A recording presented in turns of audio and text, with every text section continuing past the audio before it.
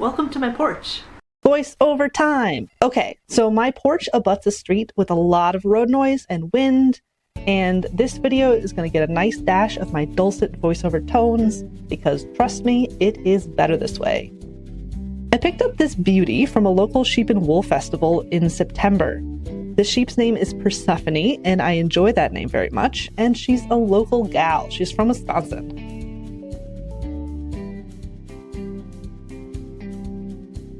Persephone is a breed of sheep called a Jacob sheep, so there's a couple fun and interesting facts about Jacob wool fleeces. It's a piebald fleece, meaning it's got different colors of wool, kind of splotched throughout the fleece itself. The second is that it's technically considered a primitive breed of sheep, meaning it has both an inner soft springy wool layer and an outer more hair-like layer to protect it. That detail will come to play later. For now, though, my job is to get Persephone's nice spotty fleece all out on the porch floor and start sorting through it.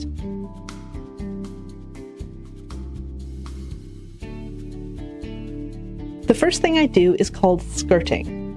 You skirt the edges of the fleece, pulling off parts that are too gross to use and areas that are really low quality near the legs and neck. All of the super gross stuff I throw away, but the more lower tier fluff that's not good for spinning but is still, reasonably nice, can still be used for other things, so I keep that to the side and save it for stuffing. Waste not, as they say. Plus my cats freaking love wool, so little cat toys stuffed with wool, it makes their frickin' day. You will notice there's actual chunks of poop in here. Processing fleece is kind of gross. Came literally off the back of an animal. And yeah, that animal might be really well taken care of, might be really happy in a flock somewhere, but it's still an animal. And domesticated or not, they're kind of gross. So there's little poops and they get caught in the fleece. And, that's life. That's why I'm wearing gloves.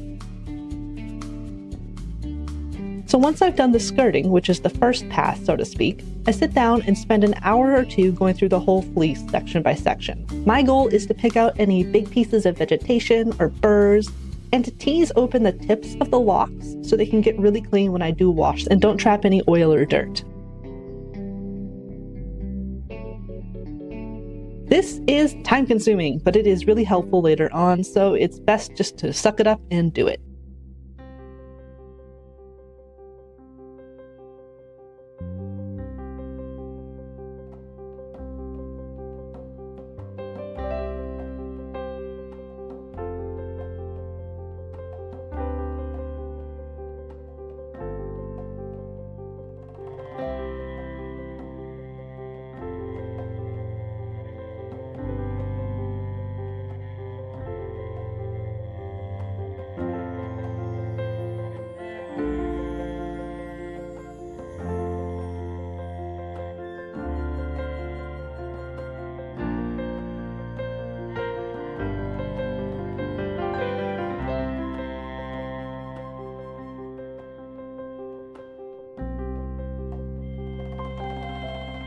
Confession time.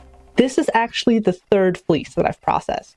The first two fleeces were just to get my feet wet. I wanted to do it on my own terms. This one is for all of us, though, and we all get to enjoy it.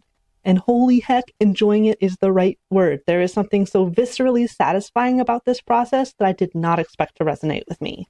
But it does. It feels really good. Before, I welcomed you to the porch, and now I welcome you to the washing machine. Also, we're just going to continue the voiceover. Why buck the trend at this point?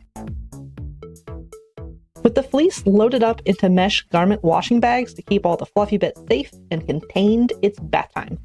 I do it in 2 batches. I have a pretty high capacity washing machine. I don't know how old this thing is. It is meant to be used for a family of 17 or something, but it works great for this, so I'm not going to complain. Lanolin is the oily coating on a sheep fleece that is produced naturally by the sheep and keeps the sheep nice and cozy and warm, but for us, it's not something we need right now, and it's super sticky and heavy, so it's one of the major reasons for washing a fleece, in addition to obviously getting the mud and the poop out. So it needs to be washed in hot, hot, hot water with soap, but very carefully because the failure mode is pretty spectacular. It's not just like not washing it, it's actually felting the wool. If you've ever like touched felted wool before, you know that it is not a process you can come back from. It is the end if you felt it, basically. So the fleece gets repeatedly given baths with zero agitation. That is no stirring, no water movement, just soaks with hot water, soaks with soapy hot water, and then soaps with regular water again on repeat. And you just drain and give new water each time, and surprisingly it works. Even though it's not, being agitated, it still gets pretty darn clean. Jacob wool naturally has less lanolin than other fleece types, so this process was pretty painless. The first few sessions got most of it out, but I repeated just another couple times for good measure. After the washing machine spins out the bulk of the excess water, which is really handy because that is a lot on the hands, it is just a bunch of wet fluff. And I leave it out to dry on the porch for a couple of days until it is fully dry.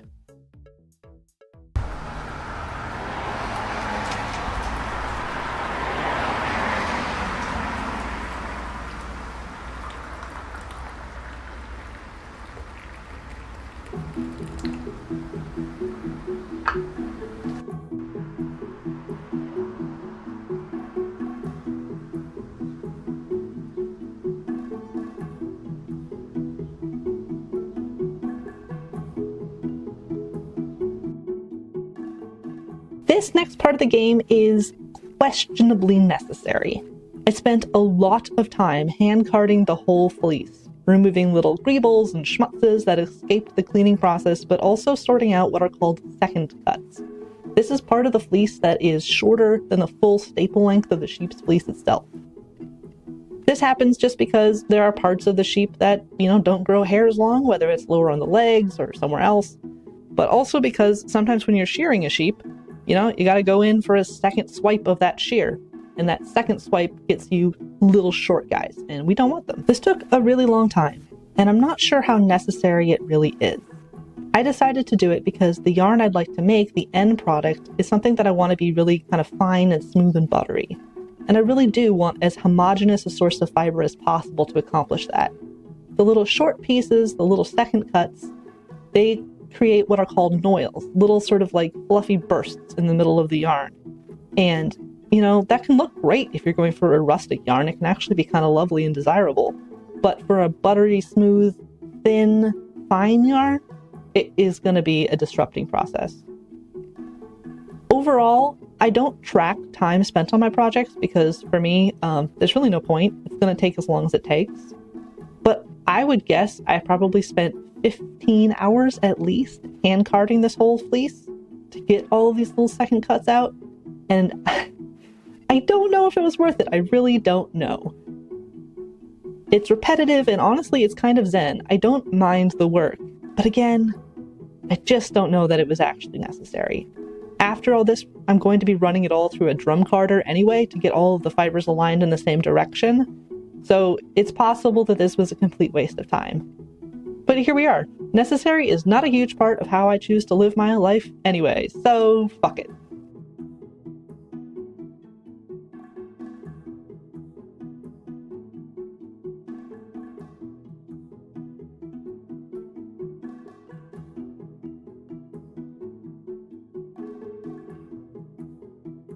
So this is just the start. Literally, this is just the start. But you want to see the big reveal, right? So here, yeah. One big, magnificent pile of fluff.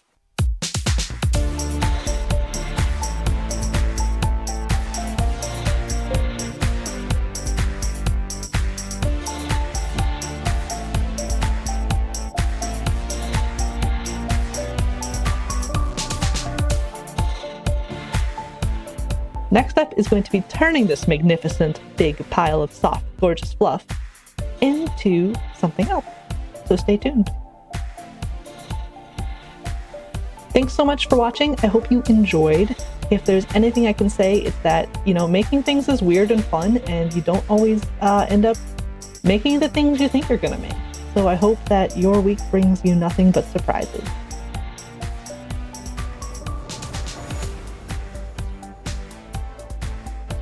I'll catch y'all next time, and, be queer and make stuff. Bye!